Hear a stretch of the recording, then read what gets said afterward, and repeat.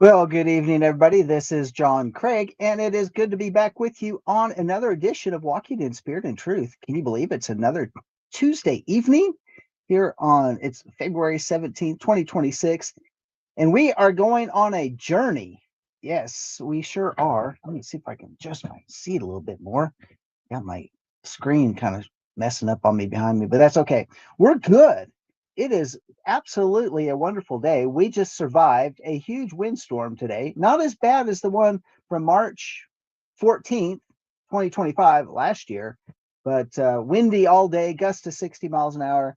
And but here we are. I just flew into my studio and just to be with you tonight is great because you're with me and it is time for walking in spirit of truth. We've been going on a journey, and that journey is all about the book of Jubilees. This is the message, this download that Moses got on the mountain, recorded in the book of Jubilees.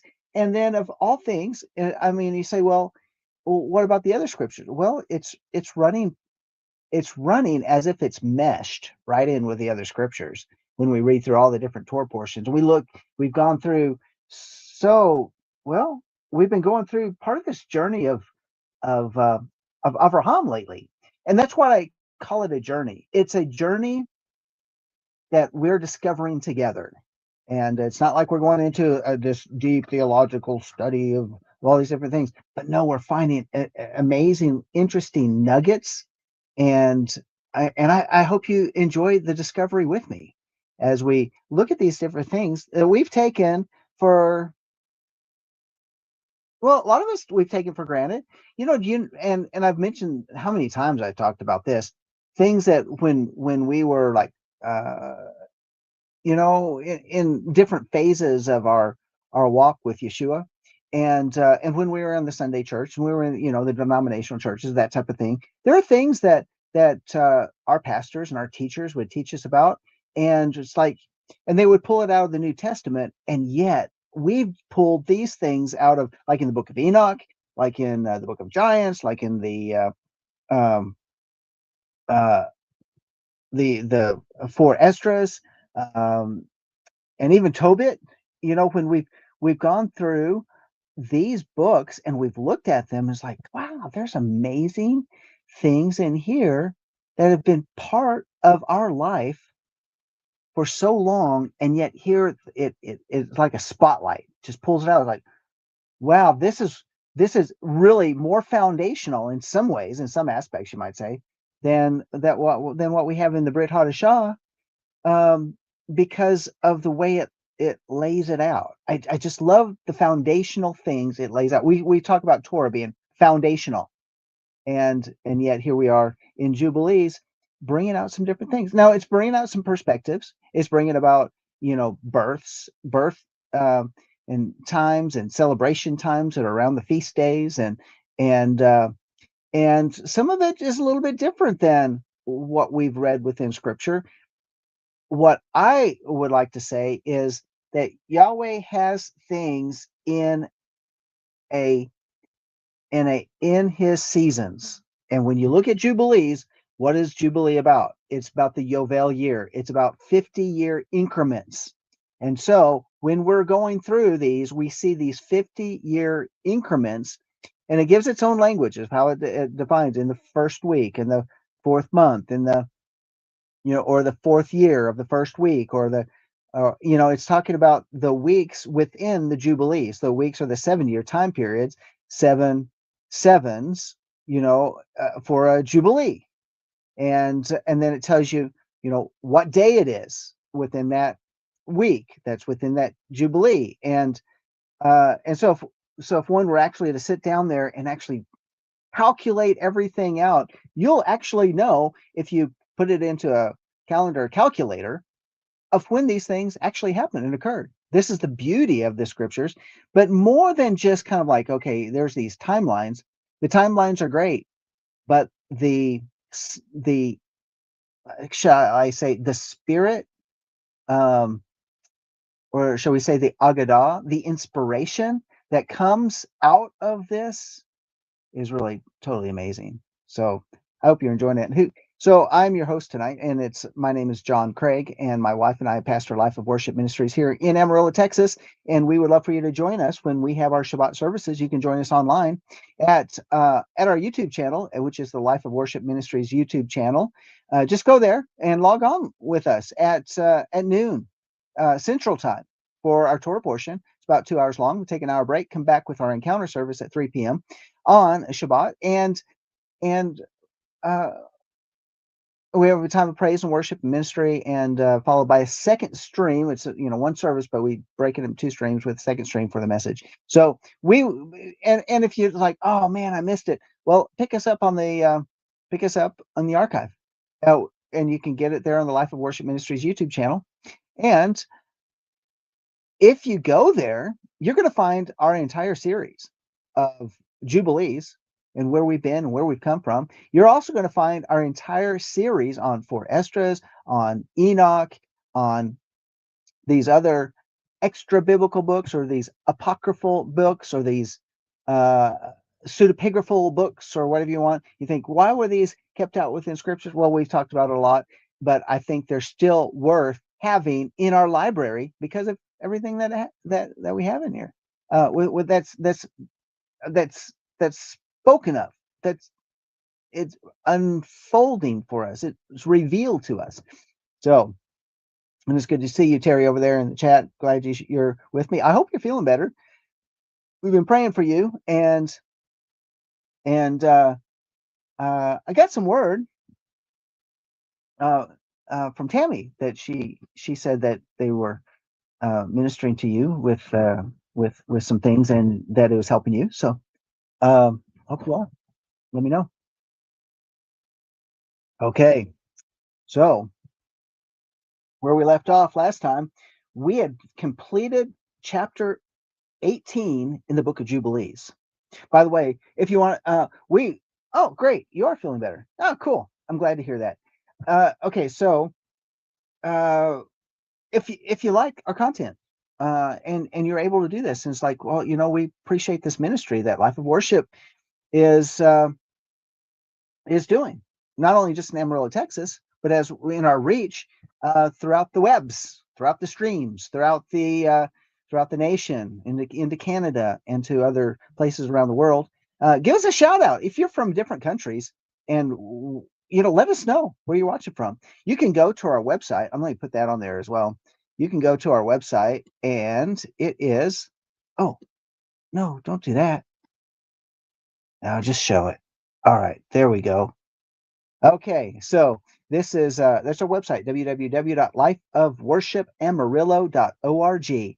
And when you go there, yeah, you can poke around on there, see what we've been doing, what we've been up to in the past, and you can see what our statement of faith is and all that fun stuff. But also, if you're like, hey, I'd like to, I need a place to be able to give, and you can send a one-time love gift, an offering, or you can bring your tithe. You can set up, by the way, if you want to just do it as a giving as a subscription basis, and you just set it up for regular, once a week or once a month type of giving. We certainly appreciate that. That helps with the ministry and helps us to continue with this message and take care of the needs that we have. And we do that because of people like you that join us online. So, as well as the people that join us locally. And so we're ready to dive in, and here in the book of Jubilees, chapter 19, and get the word out. Tell people, yes, we're here, and we've got we're live right now on YouTube, fresh. So, okay. Last week we had a good time. There were some things that were revealed in last week's study, and I say study, last week's journey. Yeah, and it was a lot of fun, and we really enjoyed. Well, I really enjoyed it, but hope you did too. And so let's jump in here from Jubilees chapter 19, where it starts out, and in the first year of the first week, in the 42nd Jubilee. All right, see, it's very specific there. So if you count the Jubilees from the time of creation, you know exactly where we're at. And if you know exactly where we're at today in the timeline, in terms of where we are on the calendar that matches the priestly calendar, you can back it up using a calculator, and you go, oh yeah, I know when the first year of the first week in the 42nd jubilee, I know when that was. And then you're going to know where Abraham was.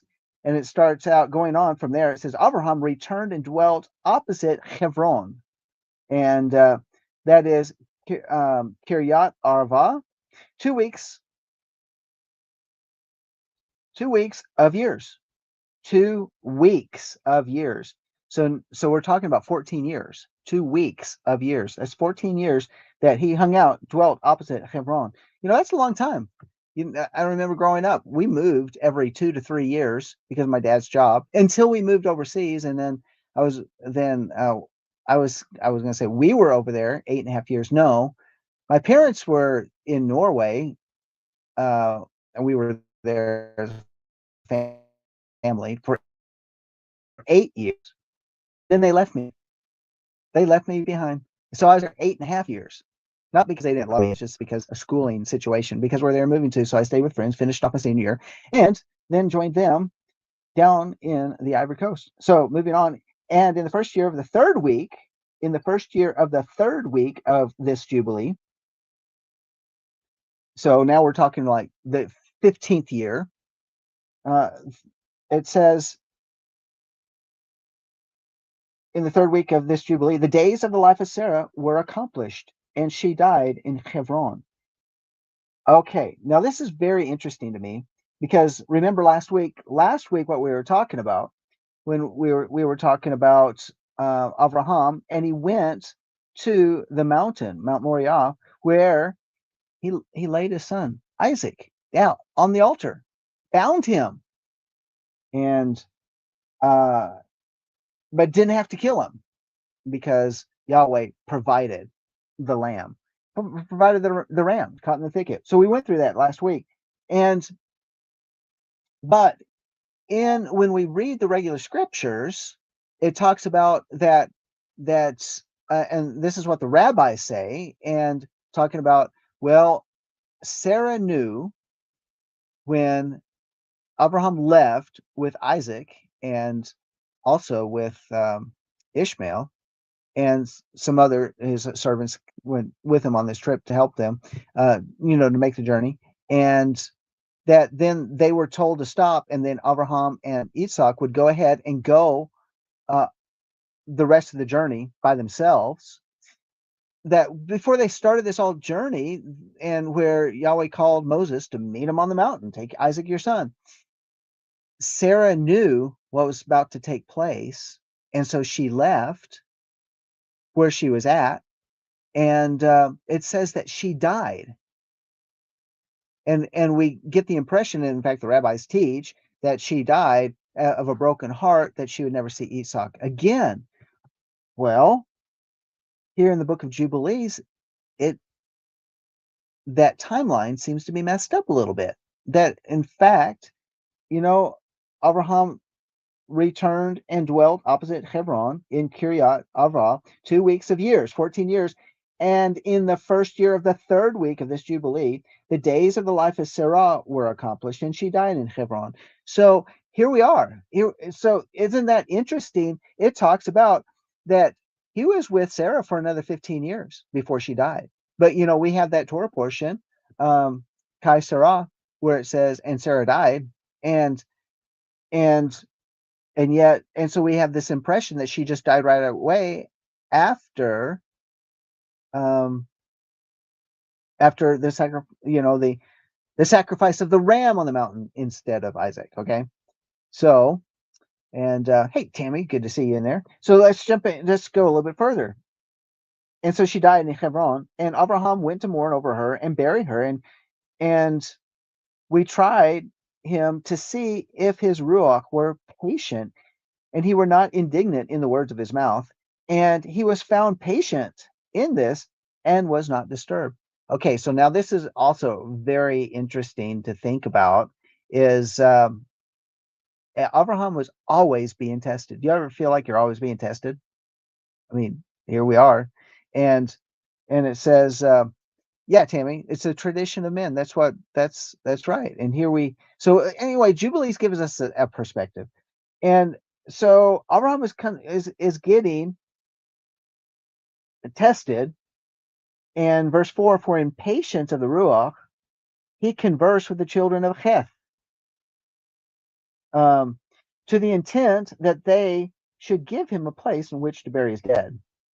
And Yahweh, gave him grace before all who saw him, and he besought in gentleness the sons of Heth. And they gave him the land of the double cave over against Mamre, which that is Hebron, for 400 pieces of silver. Like, what's that between you and me? 400 pieces of silver. I mean, we talked about that ad nauseum in the different Torah portions, but kind of an interesting, like, what's that between us? Yes, give me the money. I mean, that's really right. But for 400 pieces of silver, he gets the double caves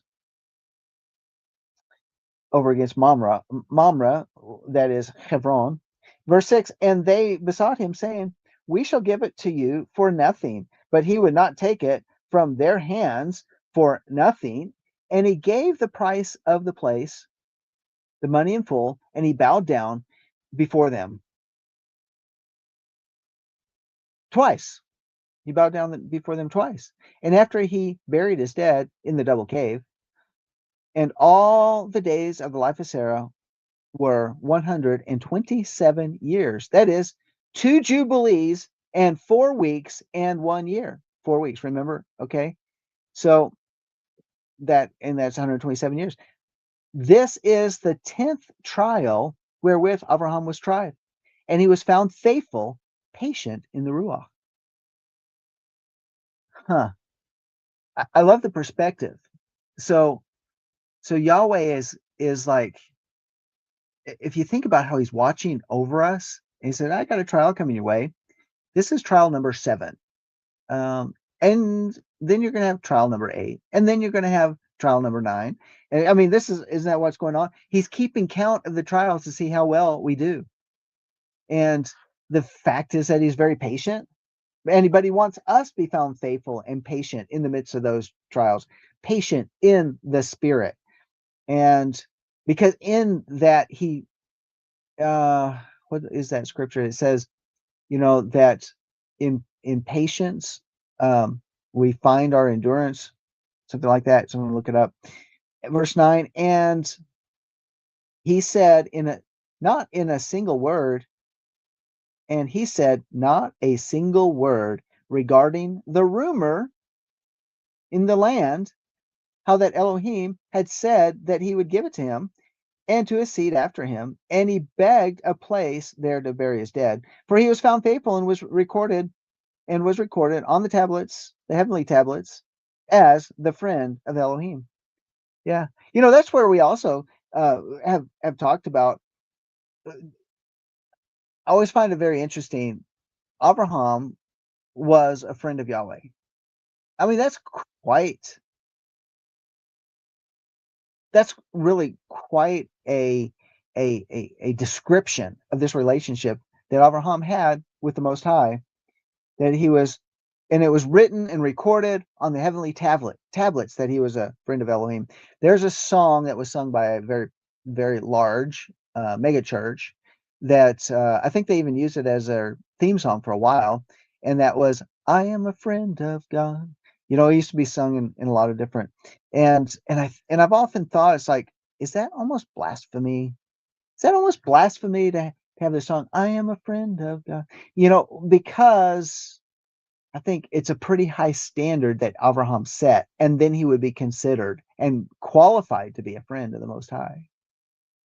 What an interesting relationship, though, by which we can set our sights on. And there's something about that intimacy that Abraham displayed in his character and in his patience. And he just kind of worked through the different trials.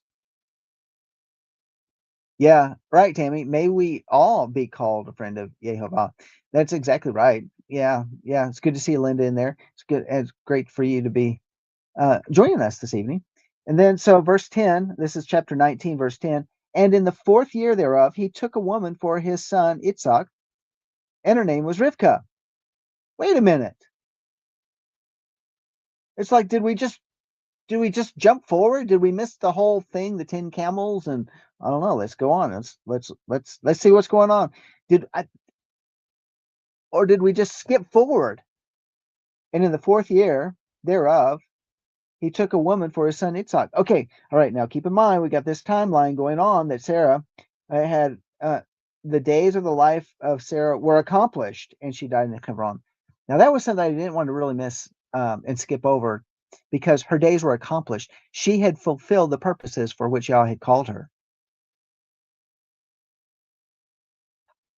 Yeah, Tammy, it's really right. It's right.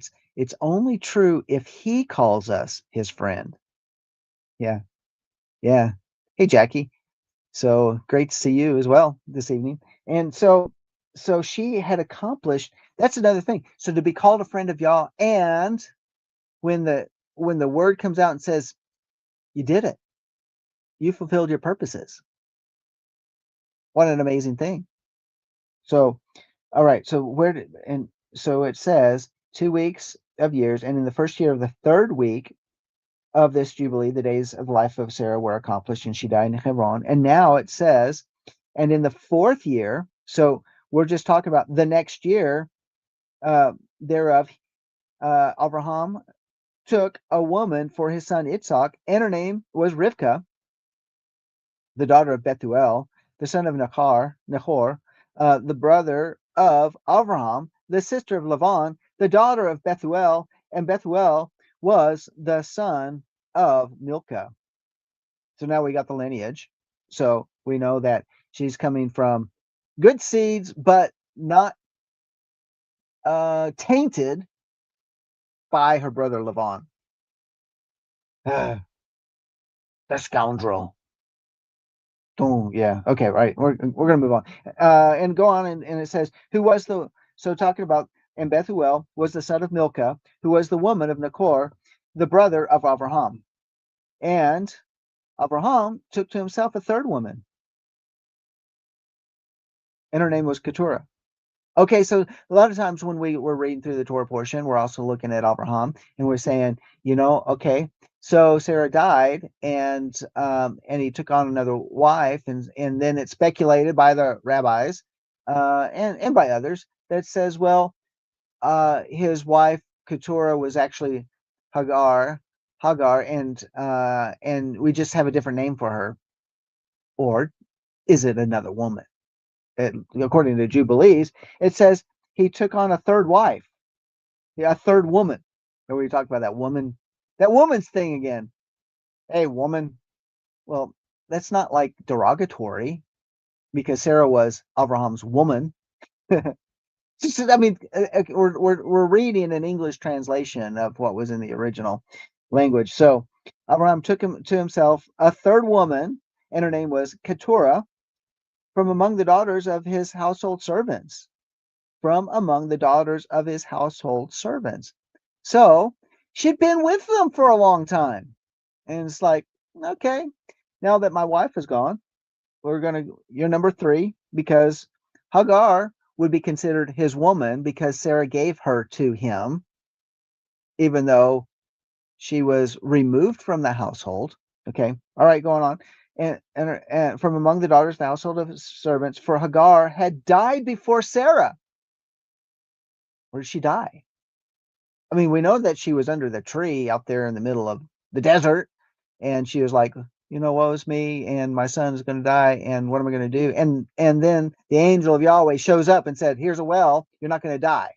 So, and you're going to find a wife for your son, and he's going to be a great nation, even in his own, uh, out of his own seed." So here we have, for Hagar had died before Sarah. Well, we don't know that reading the Torah, but now in Jubilees, we know what happened to Hagar. So it was just Abraham and Sarah, because she wasn't around anymore. And now Sarah's gone, and so Keturah comes into the picture. Kind of, all right. Yeah, Terry, it certainly wasn't derogatory back then. No. So, and she bore him 6 sons, Zimron and Yokshan and Medan and Midian and Yishbak and Shuach in the 2 weeks of years, in the 2 weeks of years, the 2 weeks of years. So it's in the 2 weeks of years, the 2 weeks. Remember, a week is 7. So in the course of 20, or in the course of 14 years, we got a bunch of kids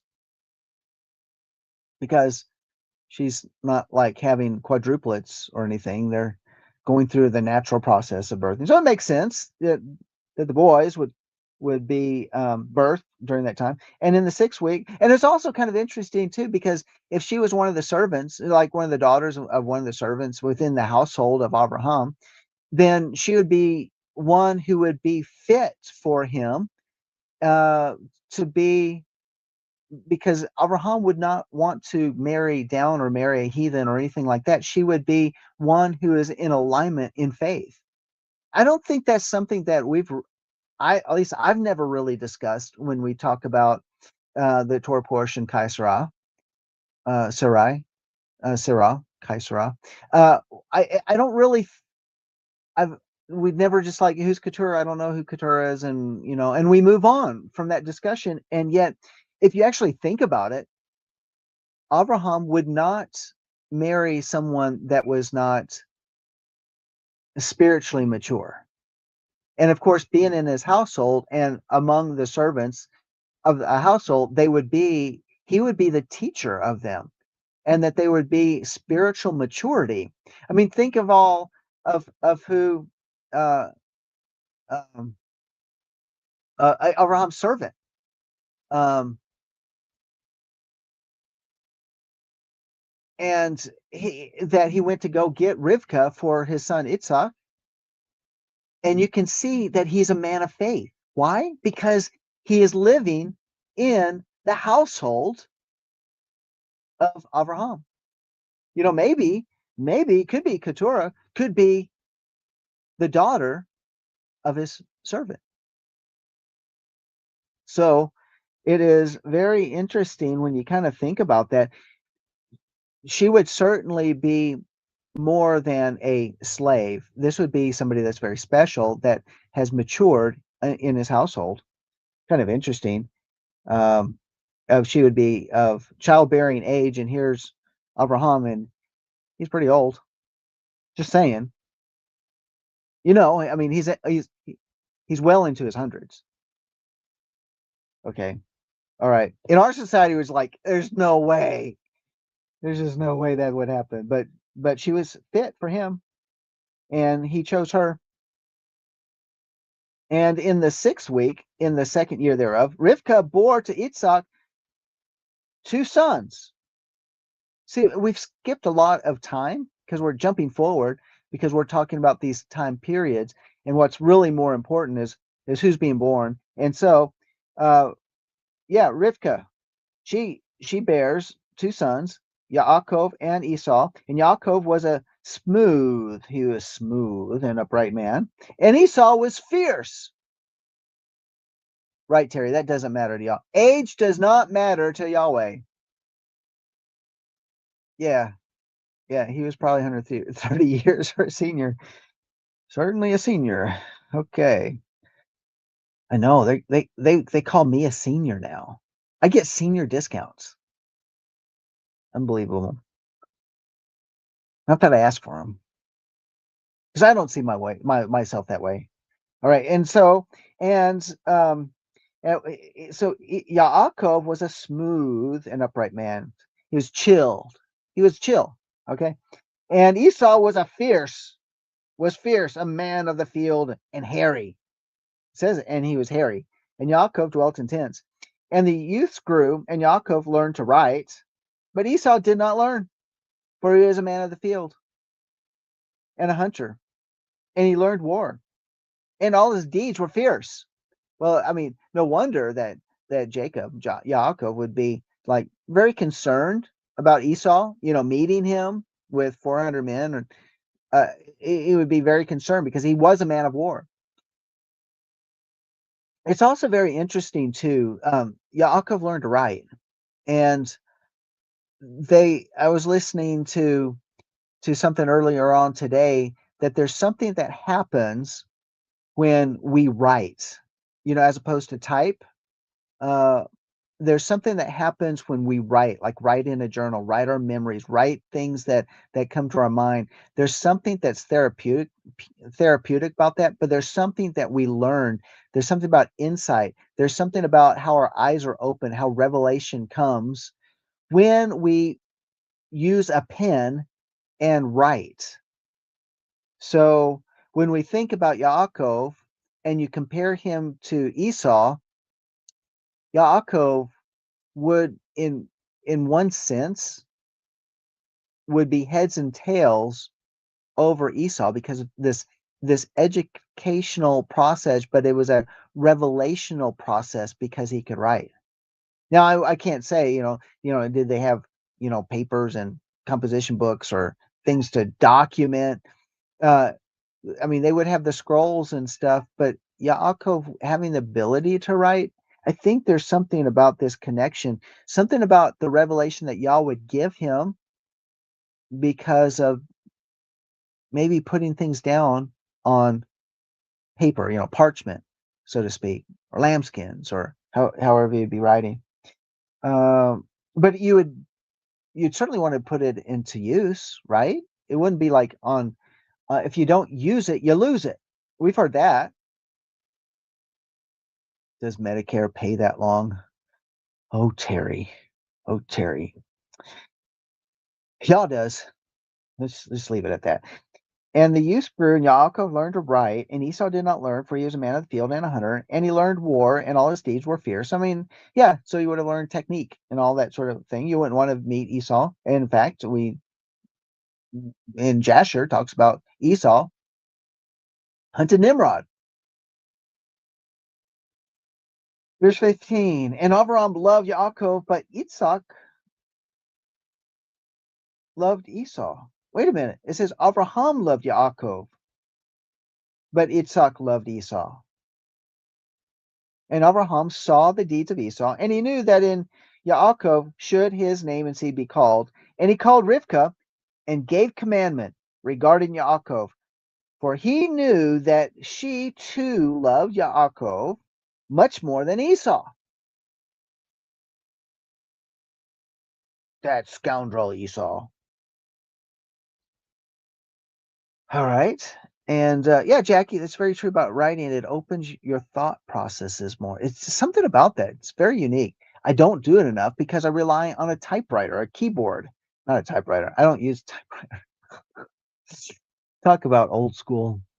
Yeah, I'm one of those things when they give that list, that 25 thing list on Facebook or on X or something, and someone says, "Yeah, I remember I've done 5 of these things." No, I've experienced all 25 of those things because it's been in my time period. Like a dial telephone, remember those? The one telephone that would be like in the center point of your house, and it's dial rotary, a rotary phone. There we go. So, and he said unto her, to Rivkah, my daughter, watch over my son Yaakov, for he shall be in my stead on the earth, and for a blessing in the midst of the children of men, and for the glory of the whole seed of Shem. For I know that Yahweh, will choose him to be a people for possession unto himself above all peoples that are upon the face of the earth. There you go. The rotary phone with a 10-foot coiled cord. Yeah. No, and that's just the handset because the base sat, on the table or in the wall inset place, right? Okay. Okay.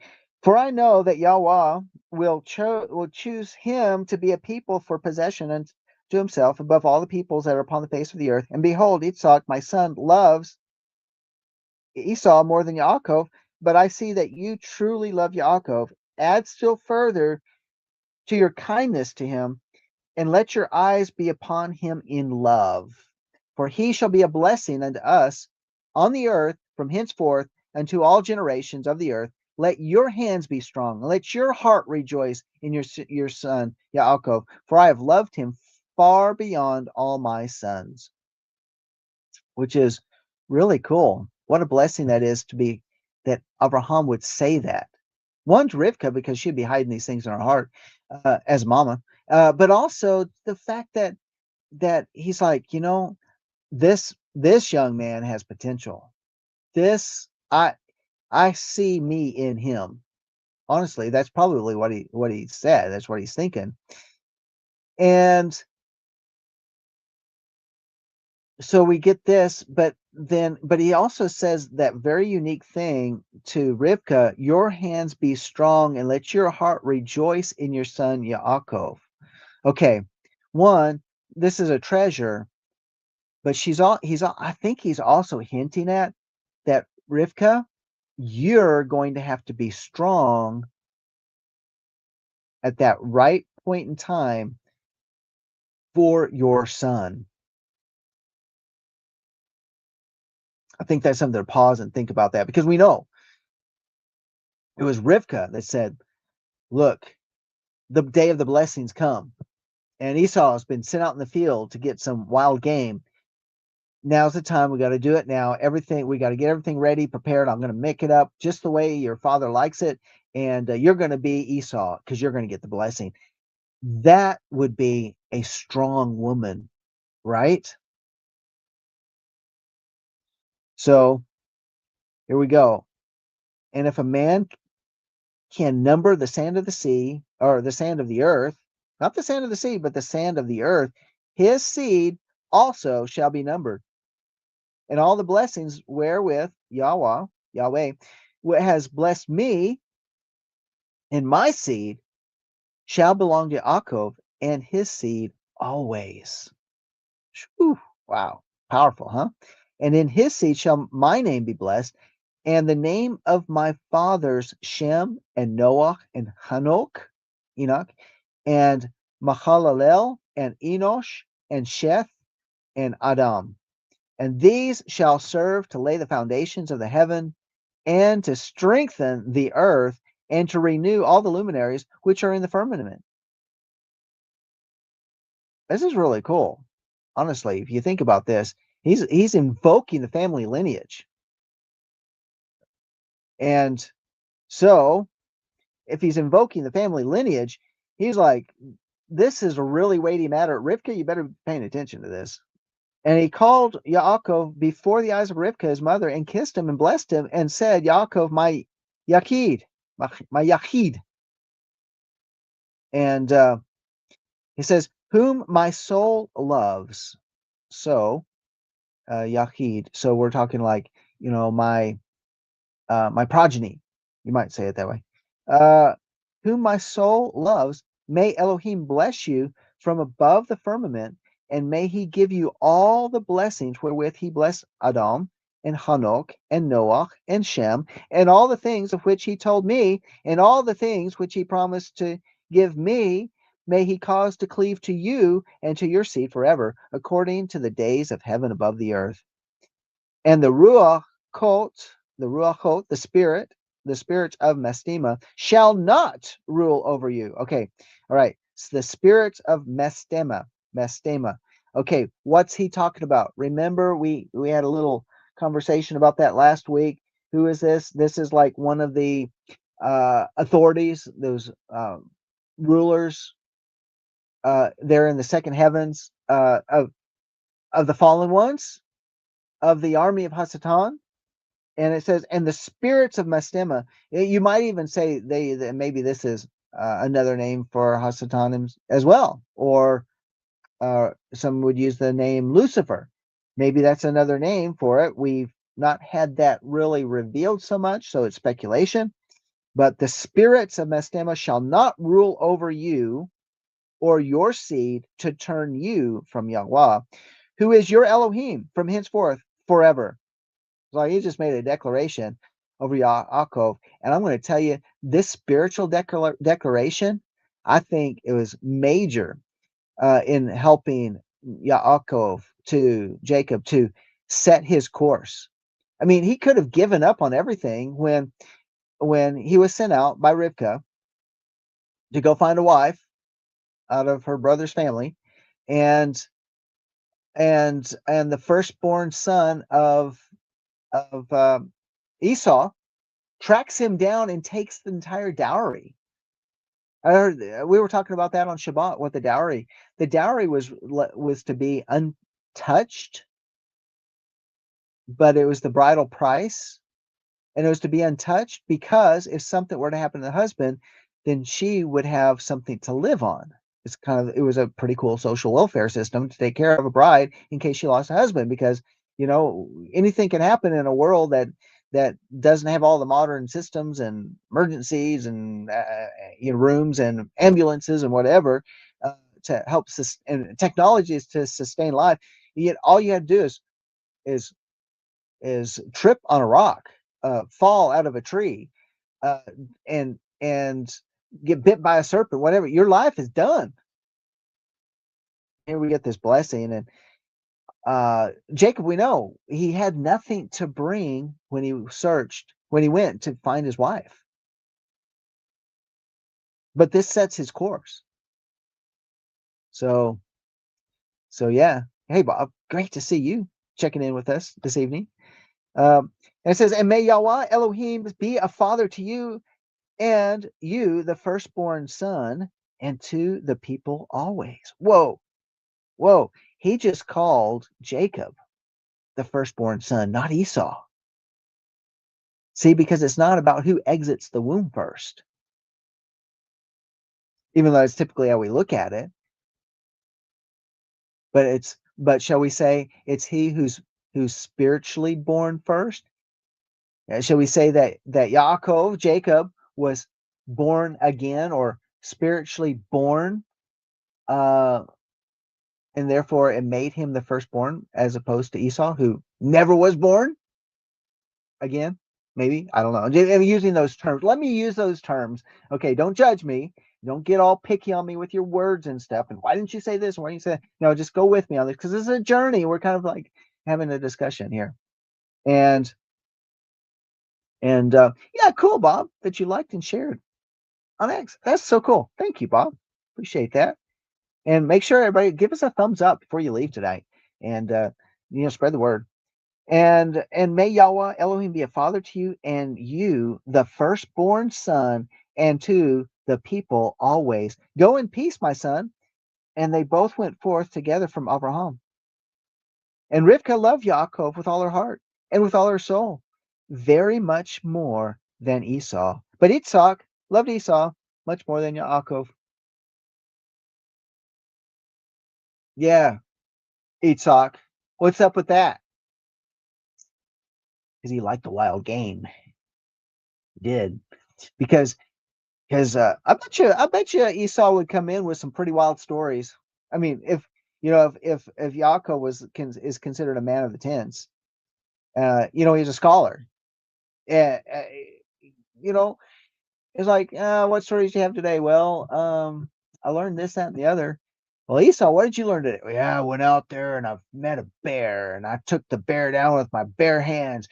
He tried to take a bite of me, or he chased after my servant so and so, but I tackled him. Talking about some big tales. Yeah, so I bet you like those stories. It's like, yeah, Dad, guess what? I did this today. You make me proud, son.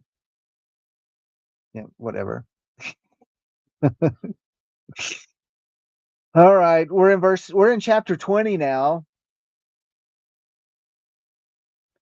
So yeah, that would have been quite the tale about killing Nimrod. There was Nimrod, Dad, and he had just his own private guard around him. There was 20 of them. I snuck in and I slit it. No, never mind. Okay, chapter 20, verse 1. Oh, how are we doing on time? We're doing good tonight. Are you guys enjoying this? Is this something? It's kind of interesting. I know I'm throwing some extra stuff in, but that kind of makes it fun because we're on a journey. We're kind of like looking back, looking at some, like, let's let our imaginations roam free. We don't honestly. I was playing with my granddaughters today, and I was like, just think about that. They've got such an imagination that just able to run free, and then we get old and our imagination gets crusty. Don't let our imaginations get crusty. That's all I have to say about that. Okay. And in the 42nd Jubilee, this is chapter 2, verse 1. And in the 42nd Jubilee, in the first year of the 7th week, Abraham called Ishmael and his 12 sons and Isaac and his. Wait a minute, we only had like 6 mentioned earlier. So there's 6 more that were born of Abraham. And he called Ishmael and his 12 sons and Isaac and his 2 sons. And the 6, oh, no, that's right. No, what? I'm going to call it Ishmael. Oh, and Ishmael's sons. All right. Ishmael had 12 sons at this point in time. Isaac had his 2 sons. And then the 6 sons of Keturah and their sons. And he commanded them that they should observe the way of Yahweh, that they should work righteousness and love each other, love each his neighbor. And guys, I think if you're following along and you're using this and you're reading this, I think it's worthwhile to like highlight this because this cross references in so many different places within Scripture. Now I'm going to go back and read it because I know I broke it up, but it says in verse 2 of chapter 20, and I'm using the Sefer version of the Bible, and he commanded them. Okay, so Abraham is like dudes, you know, it's not like dude because there's many dudes in the story. They should observe the way of Yahweh, that they should work righteousness and love each his neighbor and act on this manner amongst all men, that they should each so walk, regard to them, as to do judgment and righteousness on the earth. You know what he just said right there? He said, this is the way of kings.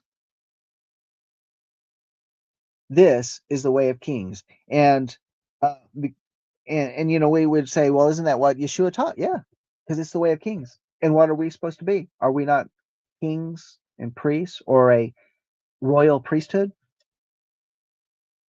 I think that's what we should recognize that as, that they should circumcise their sons according to the covenant which he made with them, and not to deviate to the right hand or to the left of all the paths which Yahweh had commanded us, and that we should guard ourselves from all fornication and uncleanness, and renounce from amongst us all fornication and uncleanness. So it's not just to guard, but also to renounce. Isn't that interesting? Isn't that what, isn't it Acts chapter 6, Acts chapter 15, Acts chapter 16, where it talks about that? In the Council of Jerusalem?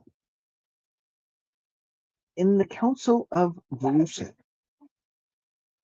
Yes. We're going to look that up. So I'm going to go to Acts.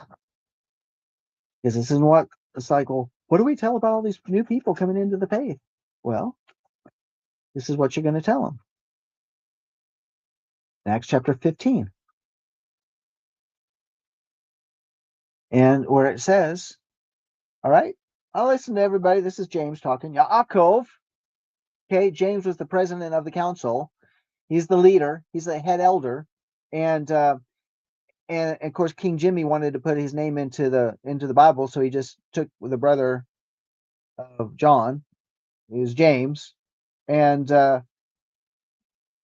whose name was Yaakov, and gave him James. Okay, going on. It says, therefore is my judgment, that we do not trouble those who are turning to Yah from among the Gentiles, but that we write to them that they abstain from things contaminated by idols, and from fornication, and from what is strangled, and from blood. For Moses, from ancient generations, has in every city those who preach him, since he is read in the synagogues every Shabbat. Now that is worth repeating, because this is the word of Abraham to his entire family. He's talking to all of his sons, and yet some of the sons ended up being scoundrels like Esau. Okay, all right, moving on. And if any woman or maid commit fornication amongst you, burn her with fire. Ow, it's pretty intense. And let them not commit fornication with her after their eyes and their heart. And let them not take to themselves women from the daughters of Canaan, Esau, for the seed of Canaan will be rooted out of the land. Ooh, yeah, yeah, there you go. I think it's really important to look at that. Okay. And he told them of the judgment of the Nephilim and the judgment of the Sadamim, and how they had been judged on account of their wickedness and had died on account of their fornication and uncleanness and mutual corruption through fornication. Man, it's like it's like it's like the Jeffrey Epstein files. Like we're right on the precipice of the full judgment, like, happening as the Epstein files are being. Okay, moving right along. Verse 6, and guard yourselves from all fornication and uncleanness, and from all pollution of sin, lest you make our name a curse, and your whole life a hissing, and all your sons to be destroyed by the sword, and ye become accursed like Sodom, and all your remnant as the sons of Amorah, like Gomorrah. I implore you, my sons, love the Elohim of heaven, and cleave ye to all his commandments, and walk not after their idols and after their uncleanness, and make not for yourselves molten or graven Elohim. Didn't we just read that over in Acts chapter 15? We did. And for they are vanity, and there's no ruach in them. There's no spirit in them. For they are work, for they are work of men's hands, and all who trust in them trust in nothing. And so, on all who trust in them, those idols made by men's hands, all who trust in them trust in nothing. Isn't that interesting? Serve them not, nor worship them, but serve ye El Elyon, and worship him continually, and hope for his countenance always, and work uprightness and righteousness before him, that he may have pleasure in you and grant you his mercy, and send rain upon you morning and evening, and bless all your works which ye have wrought upon the earth, and bless your bread and your water, and bless the fruit of your womb, and the fruit of your land, and the herds of your cattle, and the flocks of your sheep, and ye will be for a blessing on the earth, and all nations of the earth will desire you, and bless your sons in my name, that they may be blessed as I am. He said, pass it on, right? Okay. And he gave to Ishmael and to his sons and to the sons of Keturah gifts, and sent them away from Itzhak, his son, and he gave everything to Itzhak, his son. And Ishmael and his sons and the sons of Keturah and their sons went together and dwelt from Paran to the entering in of Babel in all the land which is towards the east, facing the desert. And these mingled with each other, and their name was called Aravim and Ishmaelim. So there you go. That's chapter 21. And we're going to just really kind of boil it down to that, because I don't want to jump into chapter 21 until next time when we're able to gather together. So, uh, and we're going to find out more. Excuse me, because I think it's almost like, is this Abraham's last words? Well, we're going to have to come out. We're going to have to find out.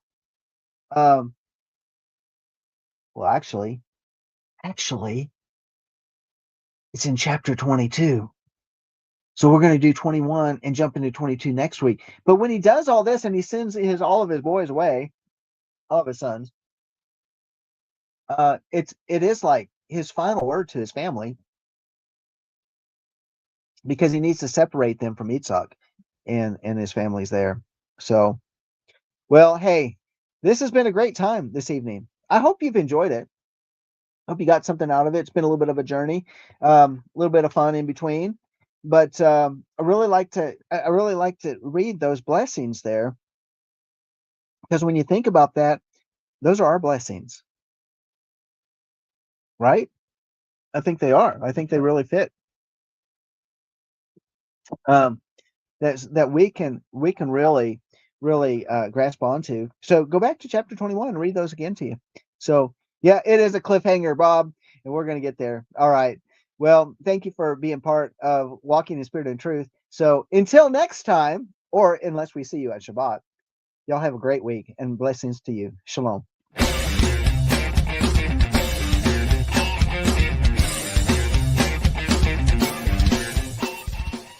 If you missed today's show or want to watch it again or want to tell someone where they can watch this episode, go to lambnetwork.tv where you will find this show and all the other live Lamb show archives in the on-demand section of the website.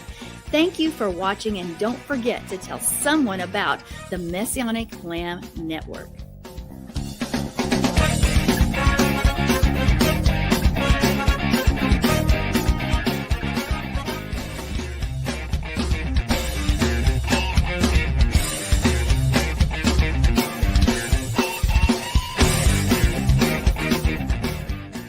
We are richly blessed to bring you what we believe is the fullest, most diverse, yet up-to-date progressive teachings, discussions, and prayer programming you can find anywhere on this planet.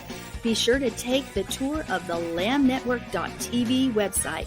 I'm Sandi Craig, thanking you for joining us on the Messianic Lamb Video Network.